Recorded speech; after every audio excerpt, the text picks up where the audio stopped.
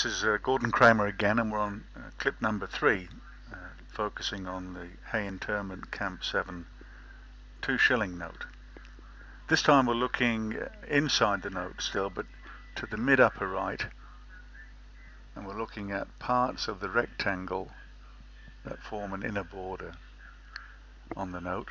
And we're also going to be looking at these letters LLINGS and these clouds a little bit.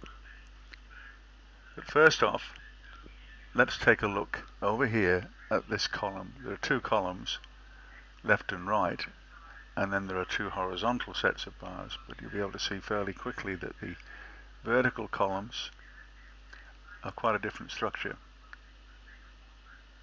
to these horizontal ones here.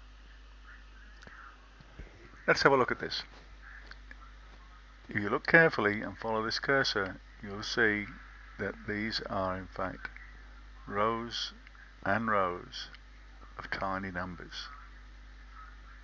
I estimate there are something like 16, maybe 17 characters inside it, because there are letters and numbers involved in these little sequences. It really is quite clever. Not just quite clever, it's very clever.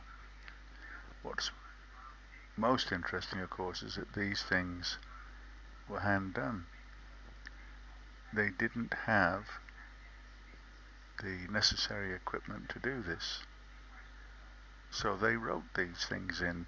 But whether they wrote them onto the note after it was printed, or whether they were able to somehow write them and using a photo process print them, I'm simply not sure, and I'm not an expert in print.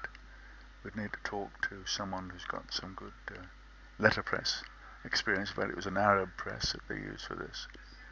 But can you see them now? Just tiny, tiny numbers. Anywhere between 0.4 and 0.6 of a millimeter in height. And what they've done is they have slightly shaded them. So the numbers and letters are there, but the background is slightly shaded. It's the same technique they actually used in World War I, when agents and spies used to write codes across the face of orange-coloured stamps using a rose-tinted ink. So if you knew what you were looking for, you'd see it, but you'd have to use a particular lens to get a clear view. But otherwise you would just miss it, because these things were hidden in plain sight. In this case, was it used just for the purpose of banking, an exercise for the men? Or were people being trained in the use of what we'll call clandestine communications? Right, well, that takes care of the columns. This is the right-hand column, similar to the left, but the numbers here on the right are different to the left, and I've yet to find out whether they match up with other notes, whether they just reuse them or in fact cut different sets of numbers for each note. I wouldn't have thought so, but we'll find out. Right now I'm going to try and see if we can enlarge. Here we go. Because this is really interesting, isn't it? Look at this.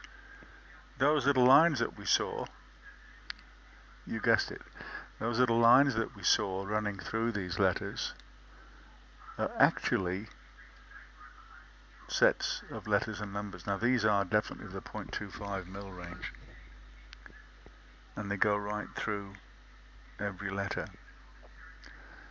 Later on we might look at what's inside the shaded area surrounding each letter, because in some cases there's quite definitely information in there, for example. But look at this little line of numbers, a thicker line with more numbers written into it going through, and up here inside the end, see how much thicker it got. Larger, 2, 3, 8, 4, 8 I've got there. And these little ones, they're just amazing. I'll try and get a little closer. Let's see if we can't do that.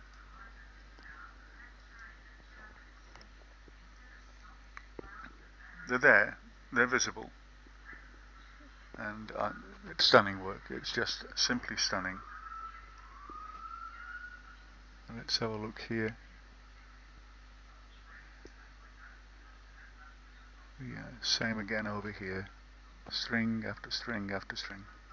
Okay, that takes care of this rather lengthy clip, and I hope you've got something from looking at it.